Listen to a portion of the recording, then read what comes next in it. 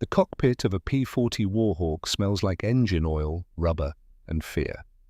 Reed Callahan knew all three smells well. He had been living inside that smell for 3 months, somewhere over the green, jagged hills of southern China, fighting a war that most Americans back home still didn't fully understand. It was December 20th, 1941. 13 days had passed since Pearl Harbor. The world had cracked open, and up here at 10,000 feet, the cracking had already been happening for months. Callahan was 26 years old. He had a jaw like a piece of carved wood and hands that never shook, not on the ground, not in the air, not ever. He was the kind of pilot other pilots watched when they thought he wasn't looking. The kind of man who made the dangerous look routine. He had more hours in a fighter cockpit than anyone in his unit. He had more confirmed kills than anyone in his unit. He had more confidence than all of them combined. That confidence was about to try to get him killed. It started the way everything starts in aerial combat, without warning. 1 second, the sky was empty. The next second, his wingman's voice crackled through the radio, tight and high and wrong. Then the wingman was gone. Not gone, as in flew away. Gone, as in became a streak of black smoke against the green hills below. It happened in less than 4 seconds. Callahan looked in his rearview mirror. There it was, a silver shape, small, almost delicate, closing the distance between them at 300 miles per hour like it had all the time in the world. A Mitsubishi Zero. Most men, seeing that shape in their mirror, felt their stomach drop through the floor of the cockpit. Reed Callahan felt something different. He felt his jaw tighten. He felt his hands go absolutely still on the controls. He felt the thing he always felt in moments like this. The thing that had kept him alive for 3 months over China, while better educated men in better maintained planes were writing letters home in body bags. He felt ready. He did exactly what he had been trained to do. He did exactly what every manual said. He did exactly what every ace from the First World War to the present had done when an enemy climbed onto his tail. He yanked the stick hard to the left and pulled his heavy fighter into a tight turn. He was going to swing his nose around. He was going to bring his guns to bear. He was going to face this enemy head-on, the way a man faces anything that threatens him. It was the brave thing. It was the right thing. It was the most dangerous mistake he would ever make. The P-40 groaned. That is the only word for it. The airplane groaned like a tired old man asked to run. The wings shuddered. The airspeed bled away as the heavy fighter fought the laws of physics in a battle it was not built to win. Callahan held the turn, grinding his teeth, willing the machine to obey. He looked back. The Zero was still there. It hadn't just matched his turn, it had cut inside it. The Japanese pilot wasn't wrestling with his controls. He was thinking about a direction, and the airplane went there. Light, instant, effortless. The silver nose of the Zero swung toward Callahan's tail like the needle of a compass finding north. Then something happened. The Zero's guns flashed. Once, twice, and then stopped. The shells went wide. Callahan felt nothing. He pulled harder on the stick, rolled, dove, climbed, every instinct firing at once. He was waiting for the hit, waiting for the sound of metal tearing, waiting for the smell of his own fuel igniting. It never came. It never. After 40 seconds that felt like 40 years, Callahan leveled out over the hills and looked back at empty sky. The Zero was gone. He pointed his heavy, ugly, beautiful machine back toward the airfield at Kunming and flew home. His hands were steady, his jaw was set. He had survived. He taxied to his revetment. He climbed out of the cockpit. Dutch Farrell, his wingman, the man who hadn't been shot down, was already there waiting with a cigarette. Dutch was a lean man from Ohio who moved slowly and thought quickly and almost never said what he was actually thinking. Dutch said, "Close one." Callahan said, "Had him the whole time." That was a lie, but Reed Callahan didn't know it was a lie, not yet. What he would not know until months later, when a captured Japanese maintenance log was translated by an intelligence officer, was that the Zero pilot who had been on his tail that morning had fired his last cannon shells at Callahan's wingman. When he pulled his trigger on Callahan, the guns were empty. He had broken off because he had nothing left to shoot. Reed Callahan had not outflown the Zero. He had survived it by 11 seconds of blind luck. He walked back to the Alert Shack, a hero. The Alert Shack at Kunming was a low building with a corrugated tin roof that turned every rainstorm into a percussion concert. The walls were covered in two things: a hand-drawn map of southern China with Japanese-held territory marked in red crayon, and a tally board. The board showed kills and losses for the American volunteer group. The men called themselves the Flying Tigers. They were not technically soldiers, they were contractors. Mercenaries, if you wanted to be honest about it.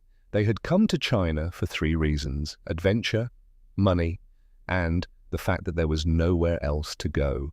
The tally board told a story nobody wanted to read. The Tigers had kills, good kills, confirmed by gun cameras and the smoking wreckage in the fields below. But the loss column was climbing faster. 3 men in the last 2 weeks. Good men, careful men. Men who had done everything right and still come home sideways, trailing smoke, landing with their controls shot out and their nerves gone. The pilots called the P-40 the lead sled. They called it the flying brick. They sat on wooden benches, smoking cigarettes, playing cards, drinking bad coffee, and staring at their airplanes with a specific kind of hatred that only comes from being forced to trust something you don't believe in. Every time the siren went off, there was a pause, just a half second. A collective breath held just a moment too long before the men stood and moved to their planes. Nobody talked about that pause, but everybody noticed it. Reed Callahan never paused. That was the thing about him. He moved to his aircraft with the unhurried confidence of a man going to a job he was good at. He strapped in, he checked his gauges, he took off. That confidence was genuine, and in a world that was trying very hard to extinguish it, genuine confidence was the most valuable commodity on the airfield. It was also, as it would turn out, the most dangerous. Gus Merritt arrived at Kunming on a Tuesday morning in late September, 11 weeks before the December 20th engagement. He came in on a transport plane with no ceremony and no announcement. He walked across the flight line with a canvas bag over one shoulder and a cigarette in his mouth, and he looked like a man who had already been everywhere worth going and had not been impressed by any of it. He was 51 years old. His face looked older. It was a face built by weather and stubbornness, deep-lined and dark-tanned, with small eyes that moved constantly, cataloguing everything they saw.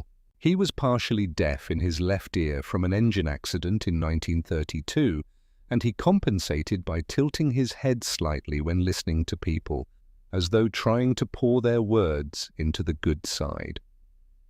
In 1935, Merritt had written a classified paper for the Army Air Corps, arguing that the next generation of aerial combat would be decided not by turning radius or rate of climb, but by speed and altitude management.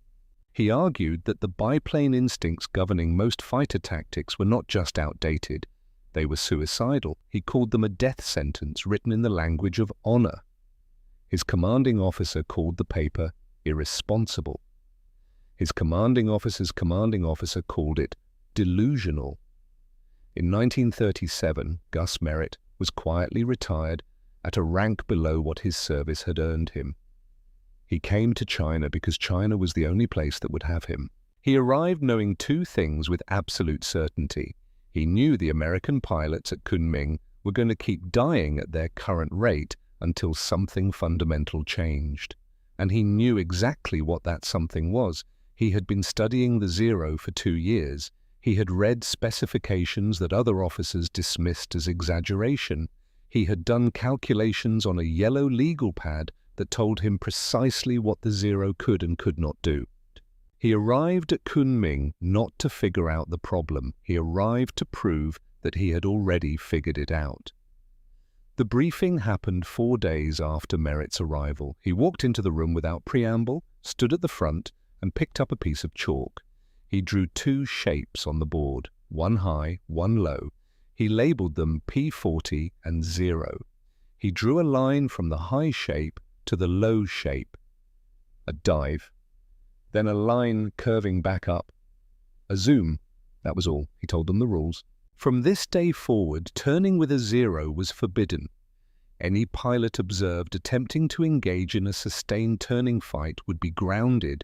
Their job was to climb before the battle, position above the enemy, dive at maximum speed through the formation, fire 1 burst, and keep going. Do not turn. Do not slow down. The room was silent for a moment. Then it was not silent at all. The loudest voice belonged to Reed Callahan. He stood up from the bench in the second row and said what everyone in that room was thinking, but lacked the standing to say. He said that what Merritt was describing was not a tactic, it was an excuse. He said that a pilot who dives through a formation, fires once and runs, has not won anything. He said that what Merritt was calling strategy, the men in that room called something else. He used the word coward, not loudly, not with anger, with a flat, factual certainty that was somehow worse than anger. And when he said it, the men in that room did something that Gus Merritt would remember for the rest of his life. They applauded. Not everyone, not Dutch Farrell, who sat very still in the back row with his arms folded and his eyes on the floor, but enough of them, enough to fill the tin-roofed room with the sound of men agreeing with the best pilot they had ever seen. Merritt waited for the sound to stop. He looked at Callahan, not around him, directly at him. He said, "You are the best pilot in this unit. I have read every report. I have watched you fly. You are better than anyone here, and you know it." Callahan said nothing. Merritt said, "That is exactly why you will be the last one to understand what I am telling you."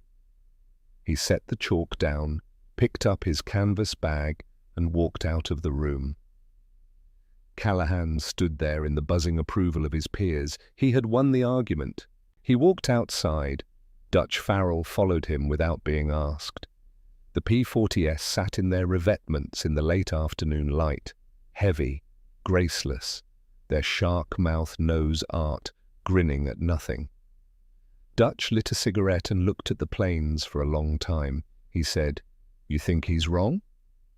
Callahan looked at his aircraft, the thick armor, the heavy wings, the brutish squared-off fuselage that no amount of paint could make look like anything other than what it was. He said, "I think that plane is going to get us all killed." He meant the P-40. He was right about the danger. He was completely wrong about the cause.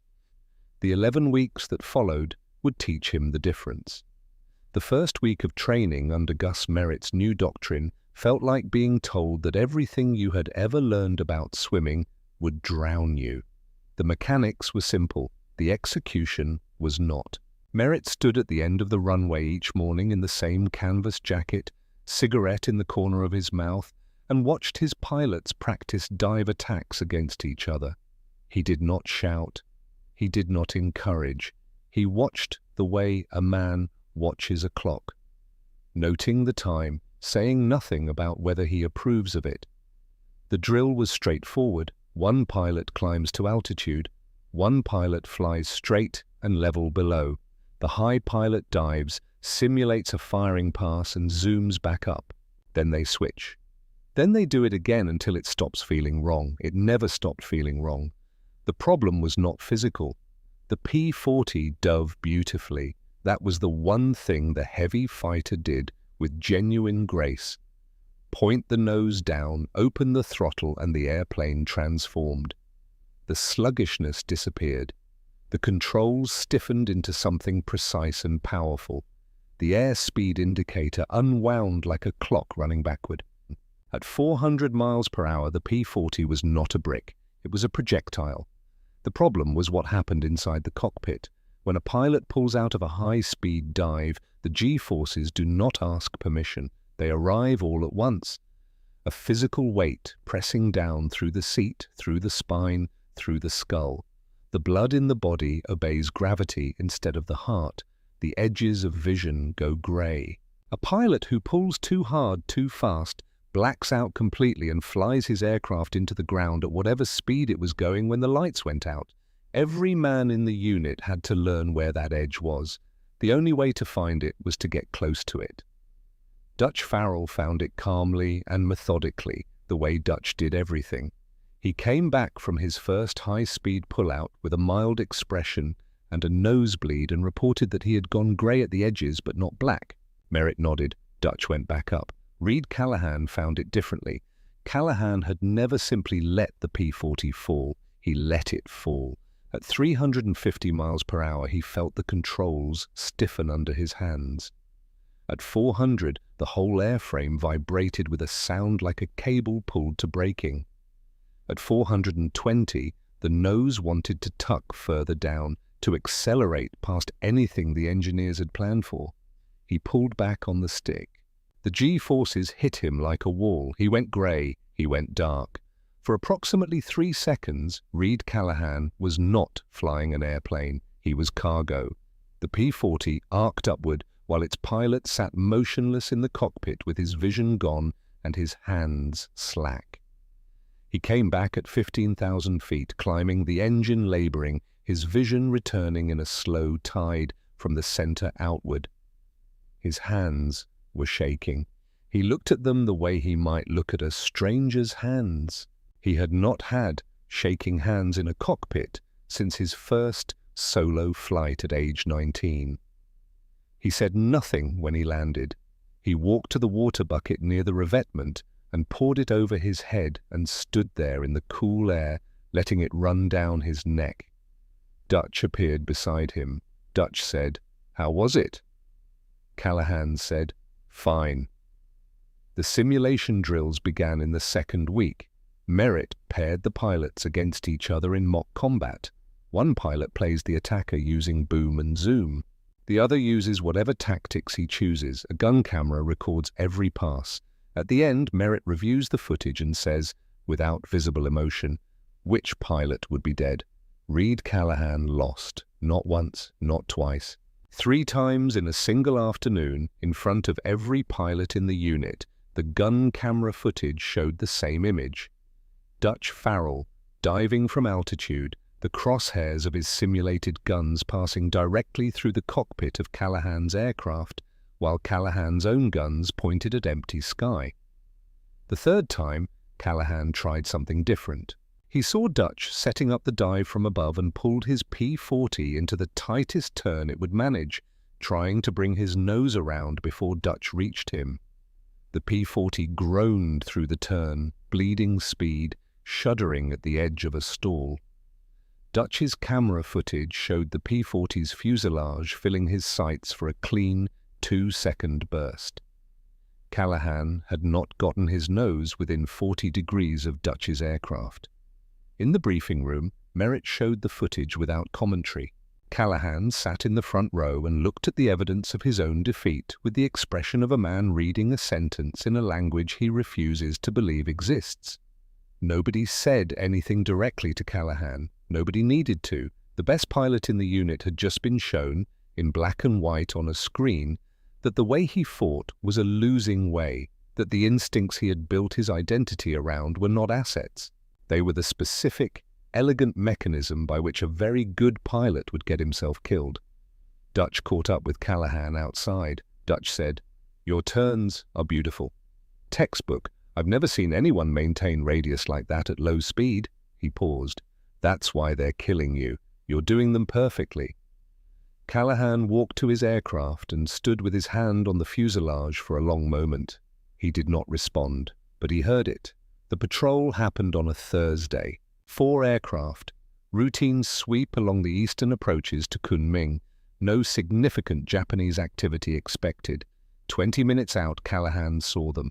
2 Zeros at 10,000 feet heading west. What happened next took approximately 8 seconds and would follow Reed Callahan for the rest of his life. He felt Merritt's voice in the back of his mind. The chalk diagram, the gun camera footage, the arithmetic. He felt all of it.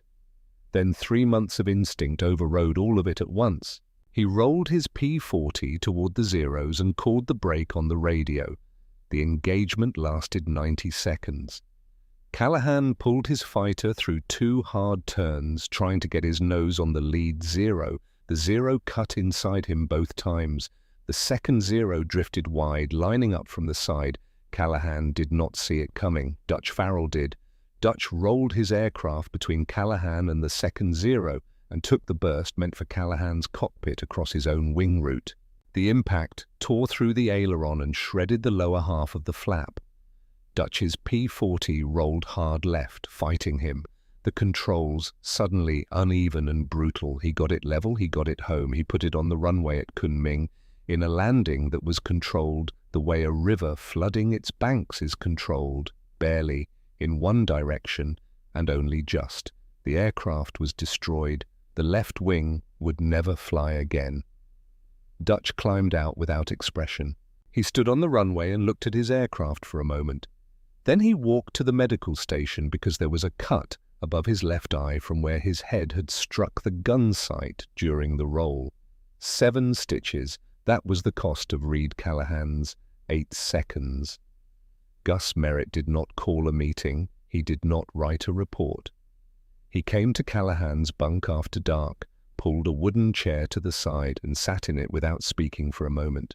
Then he said, "Dutch almost died covering your pride today."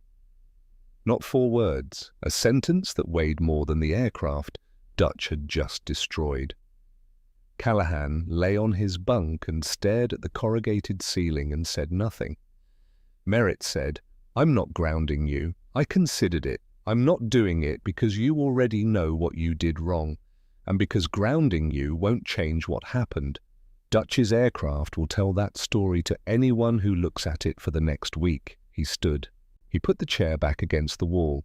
At the door he stopped. He said, "You have more natural ability in a cockpit than any man I have worked with in 30 years. That is not a compliment right now. Right now it is a problem, because the more gifted you are at the old way, the harder it is to accept that the old way is finished." He left. Callahan lay in the dark for a long time. He thought about Dutch's aircraft, the torn wing, the broken aileron hanging at its hinge. He thought about Dutch climbing out with a cut above his eye, not accusing, not blaming, just walking to the medical station, because that was what came next. What he felt lying in that bunk was not fear. It was something he had no ready category for. The specific, nauseating awareness that the system he trusted had failed someone other than himself. That his certainty had a radius. That the blast zone of his own mistakes extended past the edge of his own cockpit. He got up at 4 in the morning and went to the flight line. He climbed into his P-40 in the dark. He did not start the engine. He sat in the cockpit in the cold pre-dawn silence with his hands on the controls, and he thought about everything Merritt had drawn on that chalkboard, not as an argument to be won or lost, as a problem to be solved. He sat there until the sky started to go pale at the edges. Then he went inside and slept for 3 hours. And when he woke up, he went to Dutch's bunk and stood there until Dutch opened his eyes. He said, "Teach me the pull-out." Dutch looked at him for a moment. Dutch said, "You already know the pull-out." Callahan said, "Teach me to trust it." That was the morning it changed. The next 3 weeks were different, not easier. Different. Callahan stopped flying the P-40 like a heavier Zero.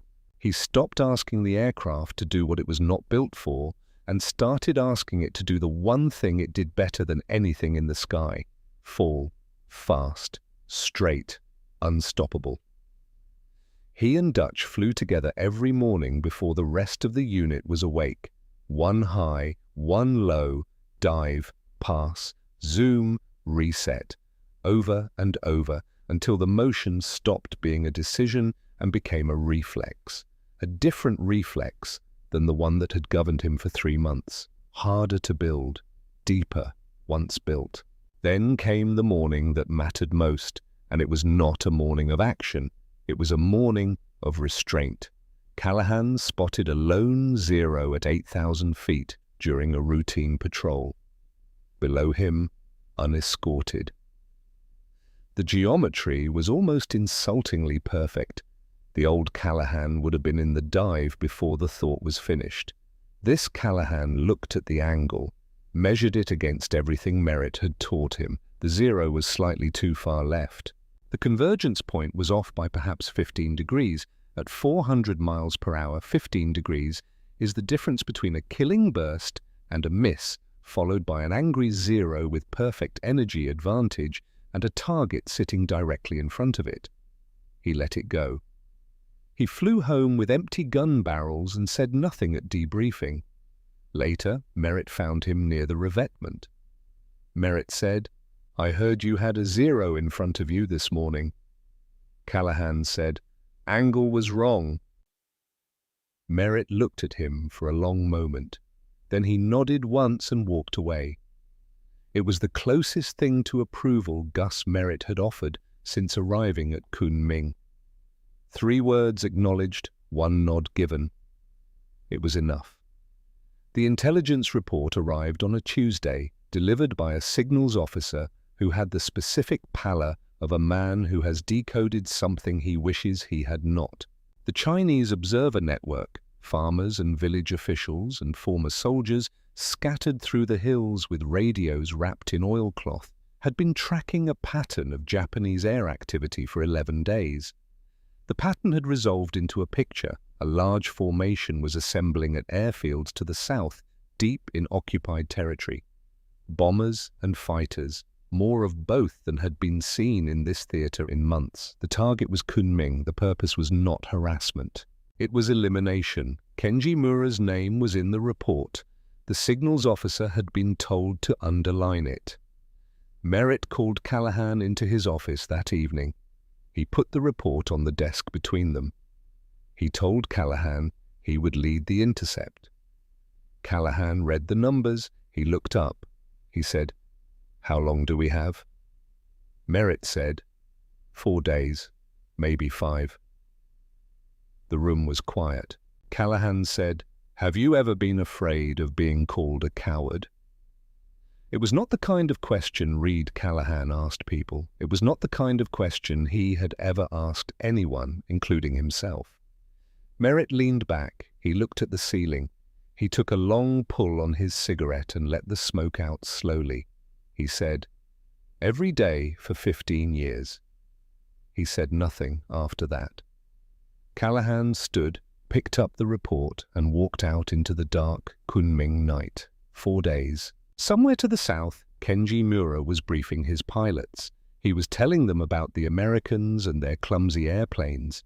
He was telling them that the P-40 pilots had been running from every engagement for weeks. He was not wrong about the running. He was completely wrong about what it meant. The morning of December 20th arrived, the way mornings arrive before large, irreversible things happen. Quietly, without announcement, the kind of quiet that has weight to it. Reed Callahan was already awake when the sky started to go pale. He had not slept past 3 in the morning in 4 days. Not from fear, or not entirely from fear, but from the particular alertness of a man who knows that something is coming and has decided, with complete clarity, exactly what he intends to do about it. He dressed. He walked to the flight line. The mechanics were already there, had been there since midnight, checking every aircraft with flashlights and bare hands, and the thoroughness of men who understood that their work was the last line between 8 pilots and the ground. Callahan walked to the length of his P-40 in the dark, running his hand along the fuselage, feeling the rivets and the seams and the cold metal of the armor plate that wrapped the cockpit like a fist. He patted the fuselage once, the way you put a hand on the shoulder of someone you have underestimated, and climbed in. Gus Merritt had received the final Observer Network report at midnight. The formation was on schedule. Estimated time over Kunming was 10 in the morning. 10 bombers in tight V formation, fighter escort of matching strength. They were coming from the south with the unhurried authority of a force that expects no meaningful opposition. At 6 in the morning, Merritt stood at the end of the runway and watched his 8 P-40S take off one by one into the pale morning sky. He did not give a speech. He had said everything that needed saying in 11 weeks of chalk diagrams and gun camera footage and one quiet conversation about the cost of 15 years. He watched Callahan's aircraft lift off last, the heavy fighter climbing slowly at first, then with gathering purpose, the shark-mouthed nose pointing up into the thin, cold air. Then the runway was empty. He walked back to his office and sat at his desk and did not touch his cigarettes. At 22,000 feet, the world looks like a map of itself. Callahan could see the valley below, the grey smudge of Kunming at the center, the river catching light in the east. He could see his 7 other pilots stacked in loose formation around him, oxygen masks pressed to their faces, breath fogging in cockpits that had been cold since 18,000 feet and were now genuinely hostile to human biology. Dutch Farrell flew off his right wing, his 3rd aircraft since arriving in China. Dutch's voice on the radio was the same as always, steady and almost bored, as though this particular morning were a routine inconvenience rather than the largest Japanese strike force the Flying Tigers had ever faced. Dutch said, "Tally south, low." Callahan looked south. There they were, still 15 miles out, but visible as a disturbance in the morning haze. A darker mass resolving slowly into shapes. The tight V of the bomber formation. The zeros weaving above and below it in protective patterns, moving with the authority of a force that expects no real opposition. They were looking down, looking for climbing fighters, looking for the dust of scrambling aircraft on the runway below. The runway was empty, the airfield was still. To anyone looking down from 15,000 feet, it would appear that the Americans had evacuated, that the Flying Tigers had heard what was coming and decided that survival was the better choice. Callahan could feel the assumption from 22,000 feet. He let them keep it. He waited. This was the thing training had built in him. Not the dive, not the pull-out, not the geometry of the attack. The waiting. The discipline of watching the enemy pass below you and keeping your hand still on the stick while every nerve in your body says, the moment is now, is passing, is gone. The moment was not yet. He watched the formation crawl across the valley floor. He watched the zeros weave. He counted his breath, slow, even, the body under control, the mind clear. 7,000 feet below him, the formation was directly underneath. He could see the glass nose of the lead bomber catching sunlight. He keyed the radio, 2 words, target assignments, nothing else. Then he tipped his nose over. The dive began as it always began. A tilting of the world, the horizon swinging away, the ground filling the windshield where sky had been. Then the speed came, 200 miles per hour. The airframe tightened under aerodynamic pressure, humming at a frequency Callahan felt in his chest more than heard with his ears. 300. The stick hardened. The controls required intention and strength rather than suggestion. 350. 400. The lead bomber grew in Callahan's windshield with a speed that compressed time. He could see the turret gunner in the glass nose scanning left and right, covering the approaches from below and the sides, looking for threats coming from where threats were supposed to come from. He never looked up. Callahan waited. When the bomber's wingspan filled his gun sight and he could see the rivets on the fuselage skin, He squeezed the trigger. The 650 caliber machine guns in the wings did not fire so much as detonate. A stream of incendiary rounds erupted from the leading edge of the wings, not the light, precise tapping of smaller caliber weapons, but something that announced itself with physical force. The heavy slugs struck the lead bomber at the wing root. The fuel tank ruptured. The wing failed. The bomber did not smoke or catch fire gradually. It ceased to exist as an aircraft in approximately 1 second and became instead a rapidly expanding cloud of aluminum and aviation fuel and orange-white light. Callahan flew through the debris cloud. Pieces of the bomber rang off his armored windshield and his armored cockpit floor. The P-40 absorbed every impact without complaint because it was built for exactly this: to take punishment that would kill a lighter aircraft and keep moving. He kept the throttle pinned. He kept going. He did not slow down to see the result. He had work to do. Kenji Mura saw the lead bomber dive from 4,000 feet above the formation. One moment the sky was ordered and purposeful. The next moment the front of the formation was gone, replaced by fire, and through the fire came an olive-drab shape moving at a speed that took a moment to register as possible. The American aircraft blurred past the formation at an angle Mura had never seen in combat. Not diving to attack and pull up, not slashing through in a flat pass. Falling. Straight down and through, as though the pilot had simply aimed the aircraft at the ground and committed. Mura reacted as he had reacted in 23 previous engagements. He rolled his Zero inverted and dove after the American. His Zero responded instantly. This was the miracle of the aircraft, the thing that had made Kenji Mura one of the most dangerous pilots in the Pacific.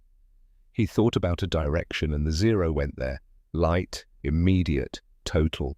The airspeed indicator climbed. 200, 250, 300. And then something happened that Kenji Mura had never experienced. His airplane stopped listening to him. At 320 miles per hour, the Zero's controls began to stiffen, not gradually. Suddenly, the stick, which had always been an extension of his intentions, became a fixed object requiring physical force to move. The wings, thin and precisely engineered for low-speed agility, began to vibrate with a frequency that communicated itself through the seat and the pedals as a single, sustained warning. He pushed harder. The vibration intensified. Below him, the American aircraft was accelerating away. The distance was not closing, it was opening. The heavy P-40, designed by engineers who believed a plane should absorb punishment, was doing something its appearance had never suggested was possible. It was outrunning him, not in level flight, not in a climb, but in the one dimension where Mura had never imagined he could be beaten.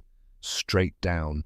He pulled back at 15,000 feet and hung there, his energy spent, the formation beneath him broken and burning, and watched the American aircraft reach the bottom of its dive and climb back toward the sun with the momentum of 7,000 pounds that had fallen for half a mile. It shot back above 15,000 feet before Mura could complete a single turn. He looked up. The American was already there, high above, circling, resetting. For the first time in 23 engagements, Kenji Mura did not know what to do next. He flew south for 40 minutes before he allowed himself to think clearly about what had happened. He had known, in an abstract way, that the Zero had a speed limit in a dive. The engineering reports mentioned it in a footnote because no one had imagined a P-40 pilot would ever reach that speed in combat. P-40 pilots did not dive, they turned. Everyone knew this. The man he had been hunting had not turned, not once. Mura had spent his career perfecting the thing the Zero did better than anything else in the sky. He had built his identity around that perfection. And today, a pilot in an aircraft his own commanders called obsolete had looked at Mura's greatest strength and found the ceiling beneath it. He had not been beaten by a better pilot. He had been beaten by a man who understood physics better than he feared embarrassment. That understanding arrived somewhere over the South China Sea, at 10,000 feet, with the sound of his engine as the only company. It was not a comfortable understanding, but it was an honest one. Below the main engagement, Dutch Farrell was being chased by 3 Zeros. He was not panicking. This was one of Dutch's more useful qualities. He had acquired 3 pursuers during the second attack wave when his dive had been slightly mistimed, leaving him at 12,000 feet with insufficient energy and 3 pilots who had very clear opinions about what should happen next. Dutch did exactly what the training said to do. He flew straight, not a gentle straight. A hard, committed, throttle-pinned straight that used every pound of the P-40's weight as forward momentum. He was not trying to outmaneuver 3 Zeros. He was pulling them in a line across the sky and trusting that someone above had reset and was already coming back down. Callahan saw it from 20,000 feet. He saw Dutch's aircraft and the 3 shapes strung out behind it, and understood immediately what Dutch was doing and what Dutch needed. He tipped the nose over for the second time. This dive was different, not targeted at a bomber. Targeted at 3 aircraft, focused entirely on Dutch Farrell. None of them looking up, none of them with any reason to look up, because aircraft do not fall out of the sky at 400 miles per hour onto specific targets with that kind of precision. Except that they do. When the pilot has spent 3 weeks learning the geometry, Callahan came through the 3 Zeros in a single pass. One burst spread across all 3. The mathematics of convergence at high speed did the rest. The lead Zero came apart. The second broke hard left and dove, trailing smoke, out of the engagement. The third rolled right and ran south. Callahan zoomed back up without slowing. Dutch's voice on the radio said, "Angle was right." Callahan said nothing. But somewhere inside the oxygen mask and the cockpit and the cold air above Kunming, something that had been held in a specific tension for 11 weeks released all at once. The Japanese formation broke at approximately 10:15 in the morning. The bombers had been dropping their loads over empty fields for 6 minutes, jettisoning weight, trying to get lighter, trying to get faster, trying to get away from the shapes that appeared without warning from above and vanished again before any response was possible.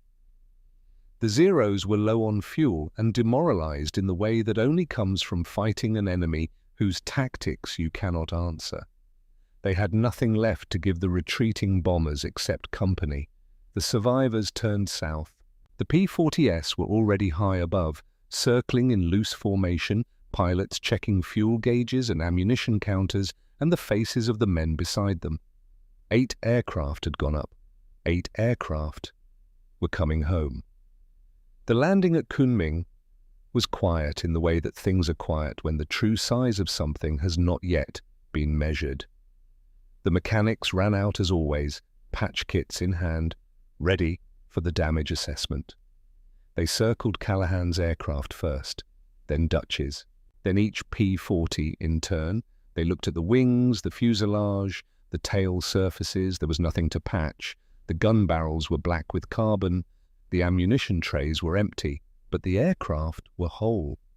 8 planes that had flown through the largest Japanese strike force in the theater came back without a scratch between them. Gus Merritt was standing at the edge of the flight line. Callahan climbed out of the cockpit and dropped to the ground. His legs were stiff from 2 hours at altitude, and his hands carried the specific tremor that comes not from fear, but from sustained physical effort against G-forces. He pulled off his oxygen mask. He and Merritt looked at each other across the distance of the revetment. Merritt said nothing for a long moment. He reached into his jacket pocket, took out a cigarette, lit it, and looked at the aircraft standing in their revetments in the afternoon light. Then he said, quietly, "Gun cameras." Well, the intelligence officer confirmed the numbers 2 hours later. 10 Zeros destroyed, 4 bombers down, the rest scattered south to the airfields they had left that morning expecting a routine operation. The cost to the Flying Tigers, 0. Not 1 aircraft lost, not 1 pilot with more than a nosebleed, a ratio the intelligence officer wrote down twice because he did not trust the first time. That evening, the pilots sat in the alert shack. The card game was running, but nobody was paying full attention. Dutch Farrell sat beside Callahan on the wooden bench, working on his third cup of bad coffee. He said, "You didn't turn back for me." "Not an accusation, an observation," Callahan said. "No," Dutch said. "Came down from above instead." Callahan said, "Angle was better." Dutch nodded and drank his coffee. Callahan looked at the tally board on the wall. He thought about Merritt's chalkboard. Two shapes, a line going down, a line going back up. The simple, brutal, adequate geometry of it. He thought about the first morning he had sat in the dark cockpit before dawn and tried to understand what he was actually being asked to do, not just the mechanics of the dive, but the thing underneath, the willingness to let go of the skill that had built him and trust the physics instead. He thought about Dutch's wing, the 7 stitches. What Reed Callahan did not know, sitting in that alert shack on the night of December 20th, 1941, was the full size of what had happened that morning over Kunming. He did not know that the gun camera footage would be reproduced and sent to every American Air Command in the Pacific within 2 weeks. He did not know that Navy pilots flying the heavy F-4F Wildcat over the Solomon Islands would read the Kunming report and recognize their own aircraft in it, and their own problem in it, and start climbing instead of turning. He did not know that the engineers already designing the next generation of American fighters, the P-38, the P-47, the aircraft that would eventually end this war, were building planes heavier and faster and more committed to the vertical than anything currently flying. He did not know that the philosophy Gus Merritt had drawn on a chalkboard, altitude, speed, energy, strike from above, would outlast the war, outlast the aircraft, outlast the men who first flew it. That 80 years later, the pilots of F-22s and F-35s would train in the same doctrine. That the physics had not changed, that the aircraft had simply gotten faster. What he knew was smaller than all of that, more personal, more immediate. He knew Dutch Farrell was alive. He knew the tally board showed a number that should not have been possible. And he knew that the aircraft sitting on the flight line outside, the ugly, graceless machine he had once looked at with contempt, then with fear, then with the hard-won respect of a man forced to understand something he had resisted, had done exactly what it was built to do, not dance, not turn, not charm, the sky with elegance, fall, hard and fast and straight, with the full weight of its convictions behind it. For 11 weeks, men had called Reed Callahan a coward. They had said it with the confidence of men who confused bravery with method, honor with habit, courage with the willingness to fight in a way that felt familiar. Then the gun cameras came back from development, and nobody, not a single man on that base, not a single pilot in the Pacific Theater who read the after-action report, ever used that word again. The bricks had learned to fall in the right direction, and God help anything that flew beneath them when they did.